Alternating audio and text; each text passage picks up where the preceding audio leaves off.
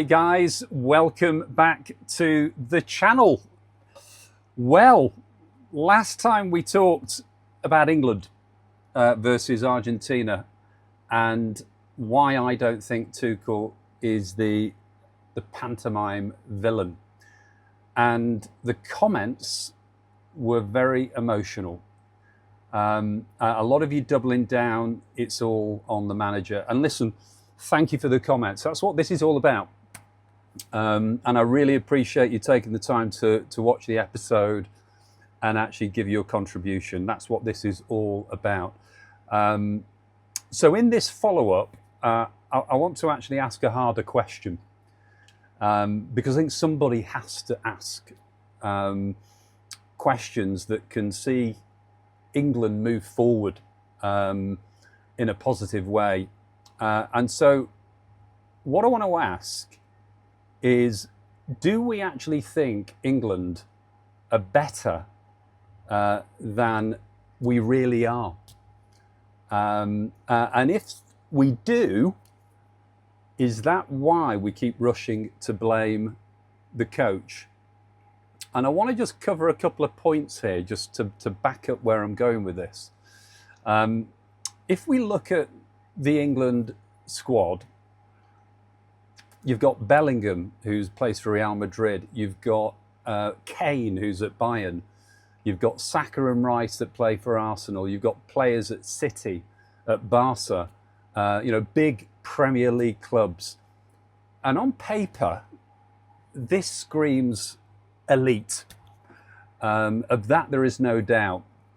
But those are club environments which are actually built on mixing the best in the world from Brazil, France, Spain, Argentina, everywhere.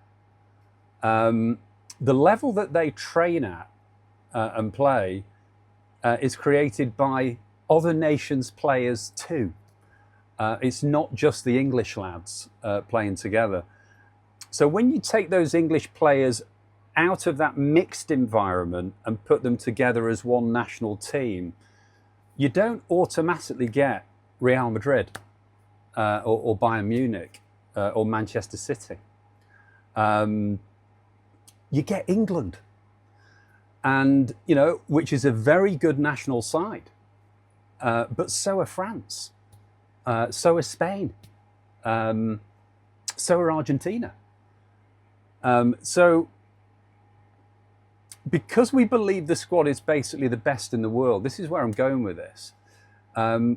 We expect the manager to be able to come in, wave a magic wand, anything short of a trophy, and we immediately decide that the coach must be the problem.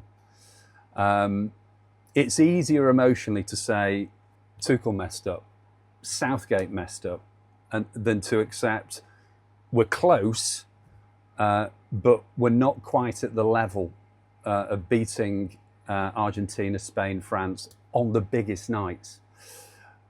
Now, if you genuinely think that England are miles better than Argentina, Spain, France, then yeah, any defeat looks like a coaching failure. But if you accept that we're in that pack, we're not above it, then you see that marginal games can go either way. And pinning it entirely on one man, it's just the easy way out. And this is where, when we look at how some of those other nations, and I want to touch on, this is slightly, I don't wish to be controversial here, but this is an observation, yeah. When you look at how some of those other nations during the World Cup belt out the national anthem, Argentina, Spain, Italy, Croatia jumps out for me.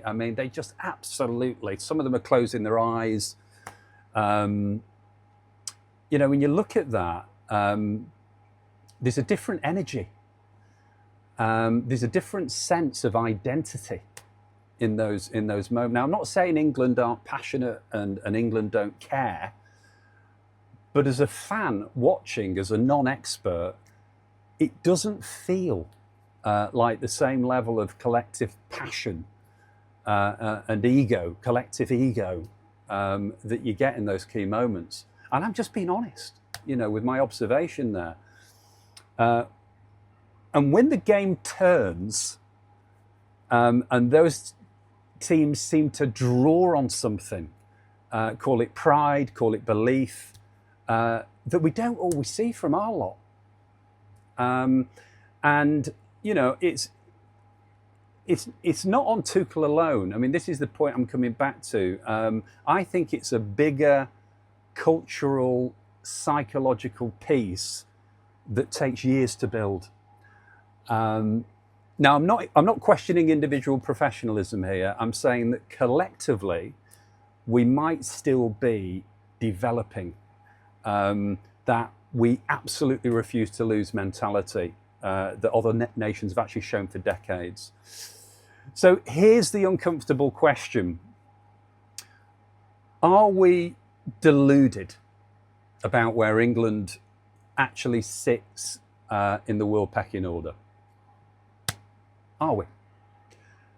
We've got great players, we've got a strong squad, but are we so convinced that it's the best, that we can't accept losing to other great teams without needing a villain? Because if we are, every time we fall short, we're going to need a scapegoat. It's Tuchel this year. Before it was Southgate. It'll be somebody else next time.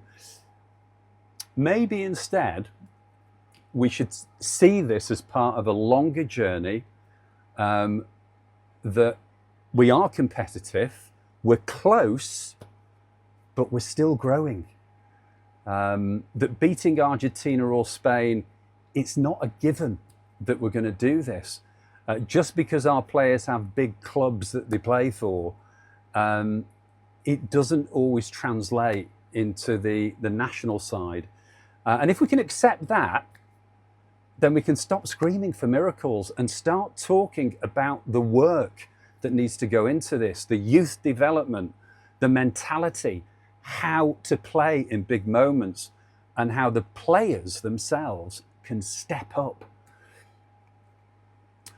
You're absolutely entitled to be upset by this. I'm upset by this. There's no bigger patriot than me. And you've every right to be emotional. And you've every right to think that Tuchel got things wrong. I'm no expert yet. All I'm asking in this video is that, are we being honest about how good England really are?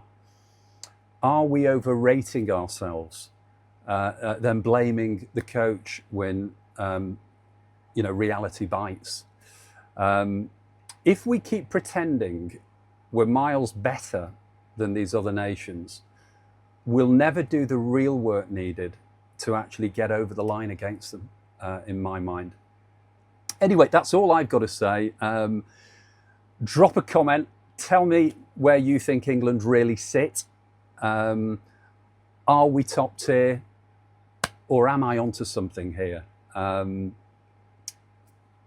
Let me know what you think, guys. And thanks for watching.